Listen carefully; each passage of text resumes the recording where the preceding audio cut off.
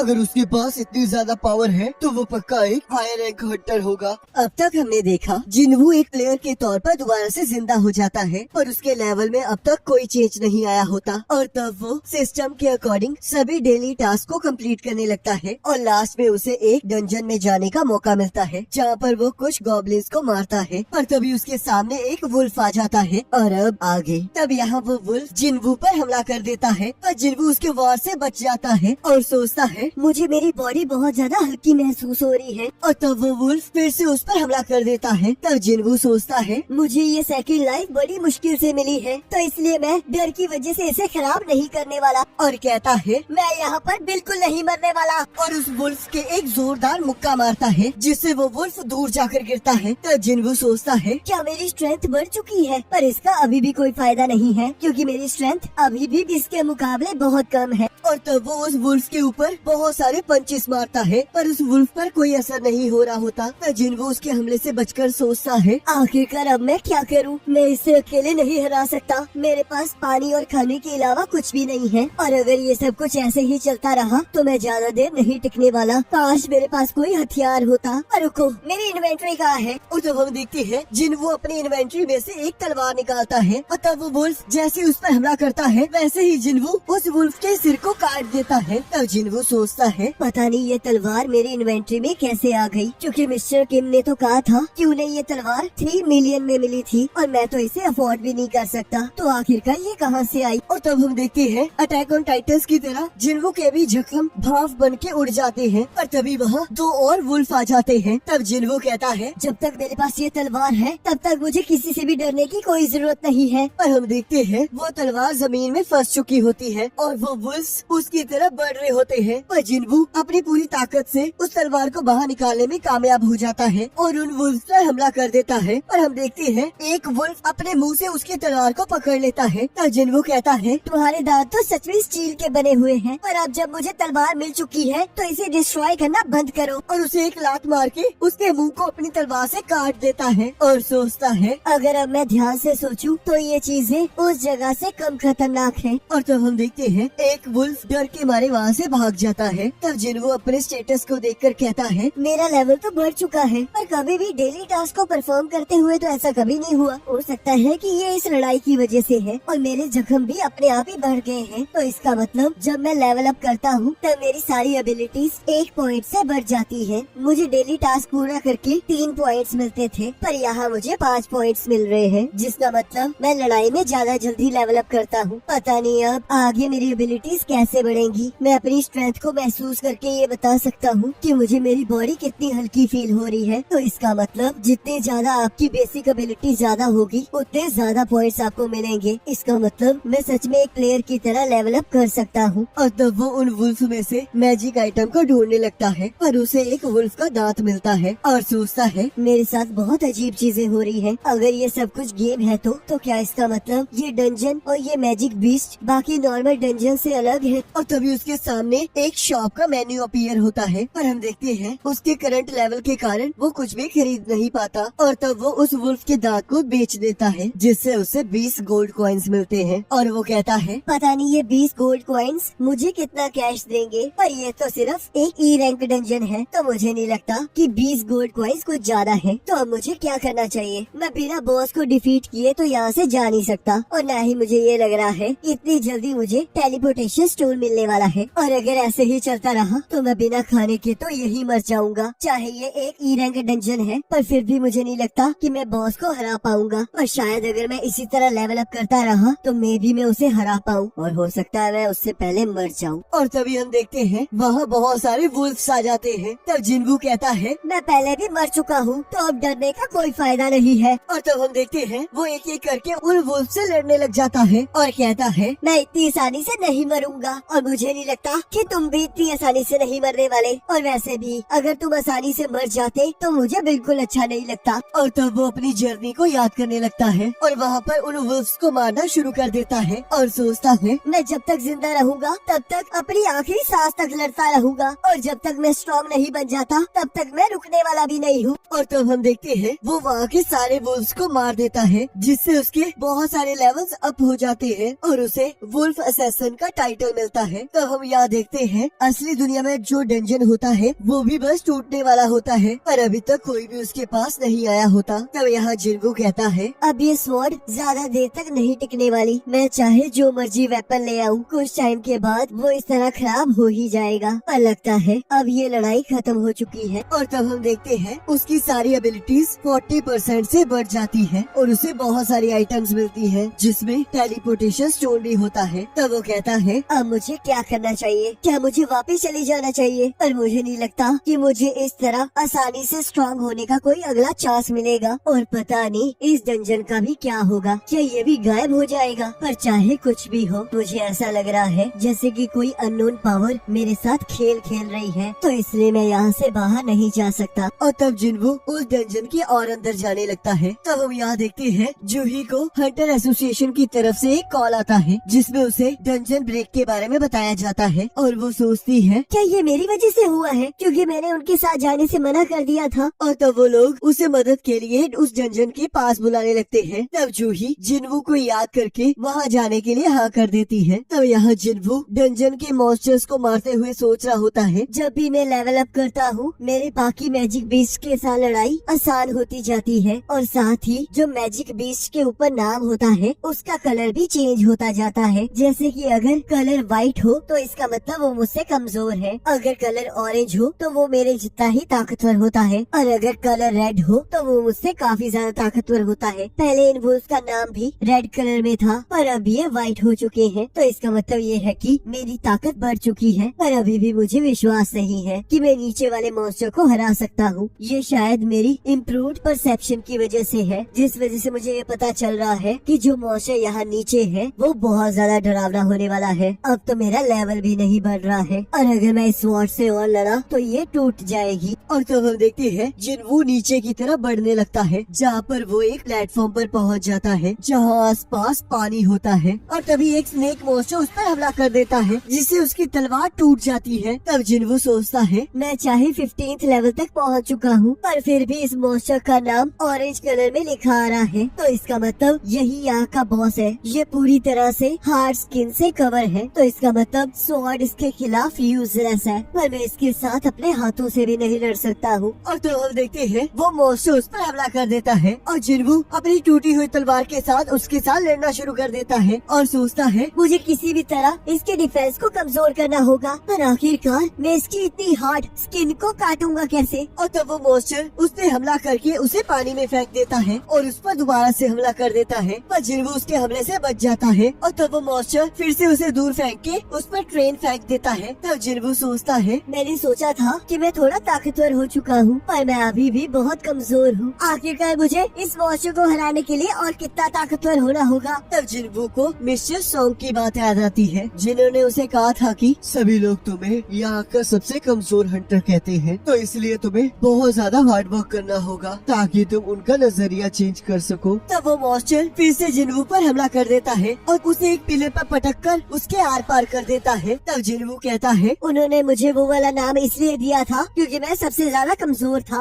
और मुझे हमेशा से ये फील होता था कि मैं यूजलेस हूँ। जिसके पास बहुत सारी पावर होती है वो अनडिफिटेड रहता है, और कमजोर हमेशा उसके सामने झुकते हैं। कमजोर बस उसके सामने खड़े खड़े डरते रहते हैं। जो लोग कमजोर होते हैं उन्हें हमेशा कम आंका गया है, चाहे कमजोर, स्मार्ट या फिर नॉलेजेबल हो, पर वो एक स्ट्रॉन्ग के सामने कुछ भी नहीं है, और इसी वजह से उन लोगों को धोखा दे दिया जाता है। तो इसलिए जेंटलनेस बिल्कुल बेकार है, और अगर मुझे कुछ साबित करना है तो मुझे ताकतवर होना ही होगा, और मैं इसी वजह से यहाँ आया हूँ। और तब वो उस मॉन्स्टर के ऊपर चढ़ने लगता है, और तब हम देखते हैं वो मॉन्स्टर उसे फिर से नीचे फेंक देता है। तब जिन्वू फिर से उठकर कहता है, मैं ताकतवर बनते रहूंगा। तब वो मॉन्स्टर उस पर हमला कर देता है। तब जिन्वू उसे रोकते हुए सोचता है, मैं इतनी जल्दी हार नहीं मान सकता, क्योंकि उस चीज के सामने तो ये कुछ भी नहीं है, और ये तो मुझे उसकी तरह डरा भी नहीं सकता। और तब हम देखते हैं जिन्वू उस मॉन्स्टर के साथ लड़ने लगता है और उसे अपने हाथों से पकड़ लेता है, और सोचता है, मैंने अपने सारे एबिलिटी के पॉइंट्स स्ट्रेंथ में डाल दिए हैं, तो अब उसे यूज करने का टाइम आ चुका है। और उस मॉन्स्टर को जोर जोर से दबाने लगता है और कहता है, मैं तुम्हें अब मारने वाला हूँ। और तब हम देखते हैं वो अपनी पूरी जान से उसका गला दबाने लगता है, जिस वजह से उस मॉन्स्टर का खून निकलने लग जाता है, और एट द एंड वो मर जाता है। तब जिन्वू खुश होकर कहता है, तो आखिरकार मैं आखिर में थोड़ा ताकतवर तो हो ही गया।